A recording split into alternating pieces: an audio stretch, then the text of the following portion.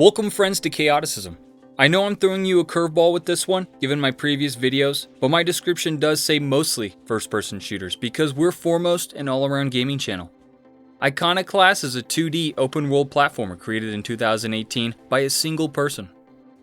But though Iconoclast gameplay is completely different from Stalker, they do have a lot in common. They're both cute, fun, and dark as all hell.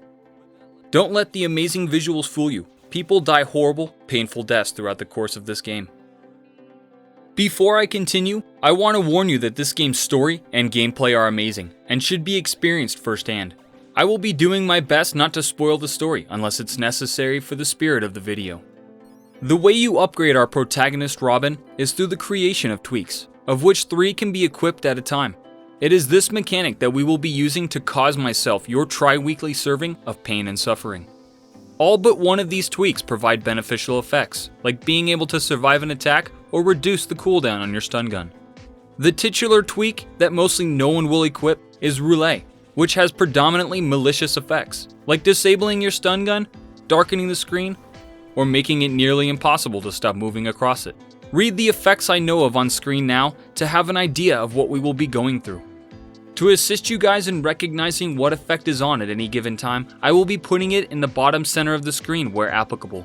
With precise and predictable actions being the key to victory, Roulette undoes this by changing your effect about every 20 to 60 seconds in my testing, which can drastically change the way you approach a boss in the most splittiest of seconds. A most sinister creation indeed.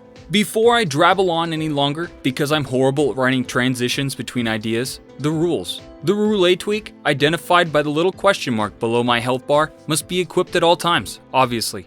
Any other 2 tweaks may be equipped, except the one that allows you to survive an extra hit.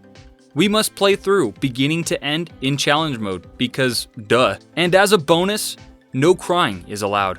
Challenge mode for the uninitiated means you die in one hit, plus a bunch of other mechanics that are not important to your understanding of this run. If there was one word I would use to describe this challenge run, it would be. Our heroine, Robin, wakes up from one nightmare and finds herself in another. We immediately equip the Roulette, Featherweight, and Dodge Roll tweaks and head off to face the first boss of the game. The Featherweight tweak is essentially a double jump, allowing you to get to higher areas or reset when you make an aerial mistake. The Dodge Roll gives you a brief few moments of invulnerability during the dodge and has a movement speed unaffected by Roulette's effects. Both of these will be used for the majority of the run to help counter the negative effects bestowed upon us by the devil that is Roulette. The first boss, Spine Controller, wasn't too different from a normal run. The heavy inertia effect ended me twice as I was not able to get out of the way each time he came barreling to the side of the combat arena, but I wasted it in just 6 attempts. Upon arrival to Settlement 17, we commit the most heinous of felonies, turning a bolt without a license. Robin, you little terrorist. And get imprisoned with the second baddest bitch this side of the Mississippi, Mina. Escaping with our new BFF, we encounter Iconoclast's second boss, Kerthunk. This boss wasn't difficult in the slightest. I died 3 times to him, all of my deaths being attributed to failure as a free-thinking organic life form.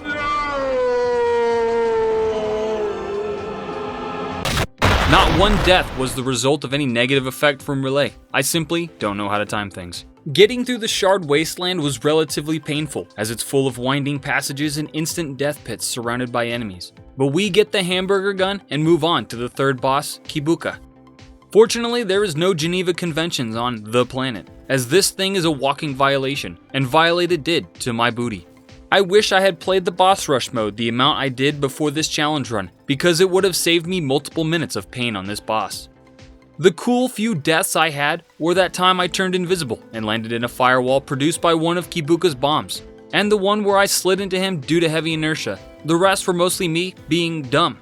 But we dump a bomb in his poop chute and blast his face off with a rocket, netting us a small win before the next boss not 1 minute later. Now was General Chrome's attack helicopter. This one was filled with unfortunate failures due to the Roulette's effects. From slowing down time, causing me to react too quickly, to force crouching me just before a grenade lands at my feet, preventing me from parrying it. God damn it! The only notable moment in these singular labs is this hellish gauntlet, causing you to run through an army of sniper yeast monsters to battle with a walking toolbox.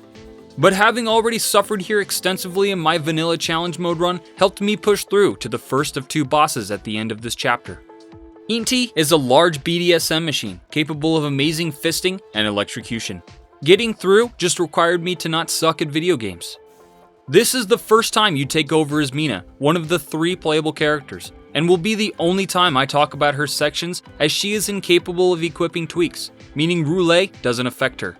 Immediately after is the second boss, Agent White, who can shoot laser beams from his eyes. I only died twice during the escape sequence and flawlessly battered him to his horrible death. From here until Shockwood had a combined total of 2 deaths, so I won't be covering it.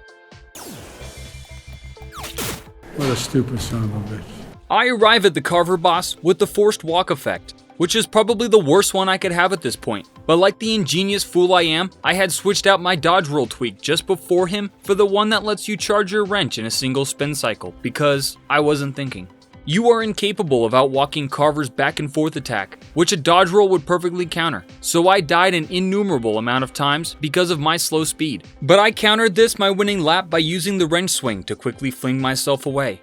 And thank God his collision box is so deep inside him, allowing you to safely pound his weak spot whilst traversing the electrified rails. The Silver Watchman's 2 mano-a-mano encounters are simple enough. He'll either teleport in your face, giving you time to react, or he'll raise his sword first. The only things you'll need for these are the ability to jump, swing your wrench, and the uncommon power to recognize patterns. Thankfully, I got lucky during these fights and didn't get any difficult to counter effects. The elevator battle with him is an easy pattern as well, making the darkness effect I had not as intrusive as it could be. Oh my god! Let me tell you about forced jumping. This is probably the single most malicious effect one could be cursed with due to its obvious impedance during boss fights, but also due to the fact that you have like 1 frame to interact with things, and it doesn't reset your double jump unless you crouch. This comes into much worse play later on. Forced crouching does this too, but is less detrimental, as I will explain when the time is right. I died once on my way to the possessed thunk fight, so I will skip it all to keep video length down. This guy is a dick. The pain from this fight normally comes from the Silver Watchman's crazy movements and that goddamn energy ball tennis that is nigh impossible if you aren't on the opposite side of the screen. The forced walk effect was also my bane due to my inability to create distance and avoid these little red fireballs. Add to this the small delay before you can move again after dodge rolling, which creates a miserable concoction of death that plagued me this fight. But vaporizing possessed Thunk's brain, like my own already is, essentially guarantees victory, as you can stunlock him and just unload all over his face for the second phase. Next was the Omega Controller, my first roadblock. This guy was a trial of patience, as no effect had any real impact except the disabled stun gun. Oh fuck. The only way to keep Omega Controller from peeling you apart like string cheese is by shooting him with hamburgers. This keeps him on the left side of the screen as it slowly pans to the right. Thankfully, this wasn't as common as I was expecting, only happening once. Most of my deaths came down to my own impatience as I dove or walked into things that kill. As with reality, your life can unexpectedly be taken from you in a fraction of a second, as was the case with the final phase of the boss. Getting forced jump here caused 1/4 of my deaths, and had me pause the recording as I put the controller down for a few minutes due to nearly failing the bonus rule. When I came back, I failed to continue recording, which was naturally the time I defeated Omega Controller. This blunder caused me to pout for a few days. Don't cry, you're big man. You're right. I am big man, I will kick challenges butt. Get back to it, Chad. 3 days later, I took out Omega Controller on my second attempt. As you'll see towards the end, this whole fiasco was but spilled milk being set next to the meltdown of the Chernobyl nuclear power plant.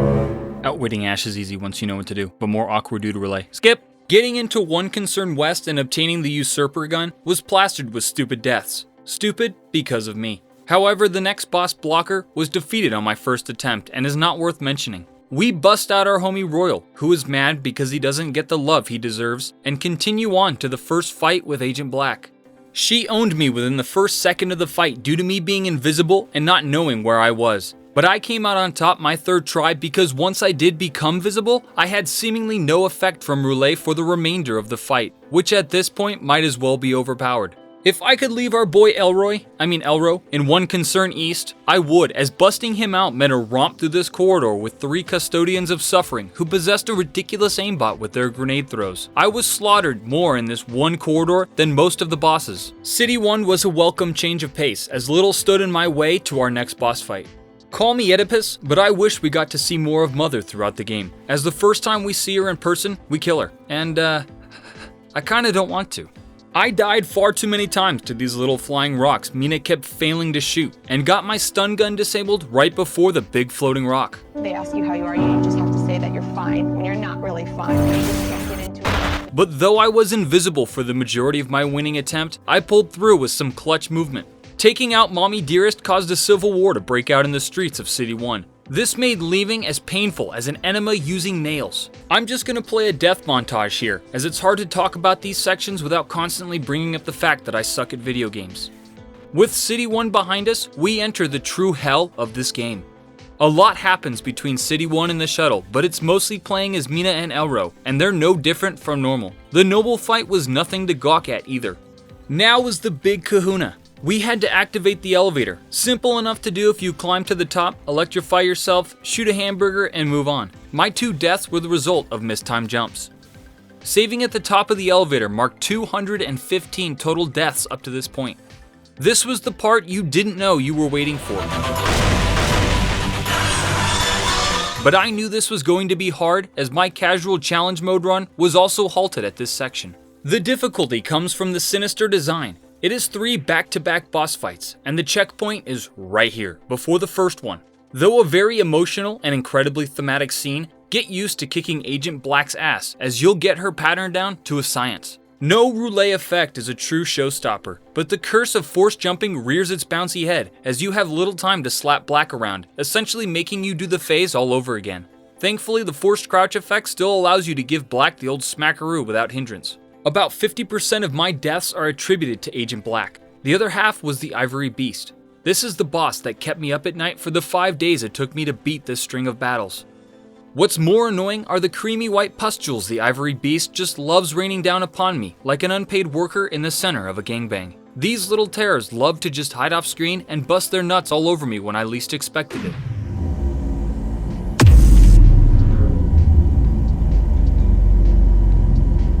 The final phase is the Ivory Beast brain climbing up the side of the tall, hard object we were ultimately to ascend. If you thought the wank monsters were gone, they have now become the main hazard. Alongside these are the white spines that try to penetrate you at regular intervals, upgrading us to Bukake status. This never-ending stream of seed provided an anxiety-ridden experience, as at any moment you could be forced to jump, and just getting to this phase made my adrenaline rush. We are also on a small platform, but I don't remember any effects causing me to fall off this, so forget about it as a factor. I estimate I made it to phase 3 here about 10 times, but there are hours of footage I'd have to sift through to give you an exact answer, and I'm not subjecting myself to that. How many deaths do you think I incurred in this part?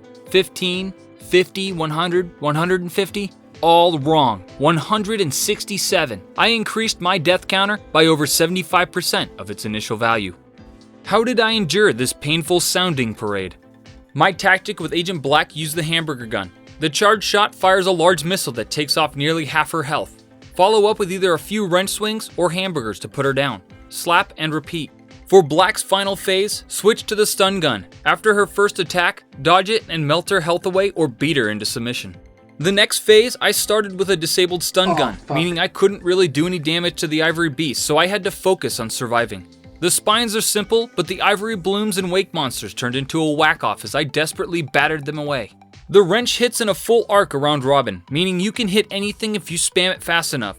Gotcha, bitch. My next effect was force crouch, meaning I can't shoot upwards or swing the wrench without jumping, but the Ivory Beast mostly spams spines at me, so there was little hindrance.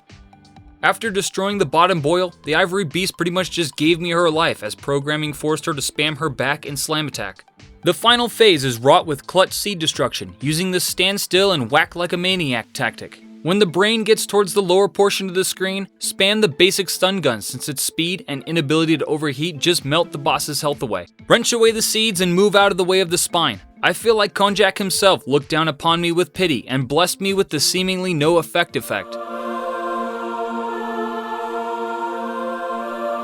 Having finally defeated the ivory beast, the only things left standing in our way was a quick trip to the store to get more tissues, the gauntlet to the final boss, and he himself. The gauntlet is 4 mini battles that pit you against spine controllers and region-specific enemies controlled by blue balls. The only effect that literally roadblocks you is the disabled stun gun, since you have to use the usurper gun's charged shot to bust the nuts off the enemies, making them vulnerable. 48 deaths led to refined tactics, near insomnia, and one step closer to winning. Now begins the string of battles that act as the final boss. Unlike the ivory beast, each fight has a checkpoint right before it, saving gallons of my sanity. The literal nightmare section acts as the first phase and will be skipped over due to my only dying thrice and its voluptuous visual metaphors for the characters of the game. It's also really easy if you're not a failure like me. Arising into the second phase, we fight the Starworm. This guy is relatively easy given the previous tribulations we've endured. The main strategy was to unload on his weak spot and try not to get caught in a trap, like diving out of one attack and into another. The final portion requires you to first swing off a nut on the back of Starworm's left hand a couple of times.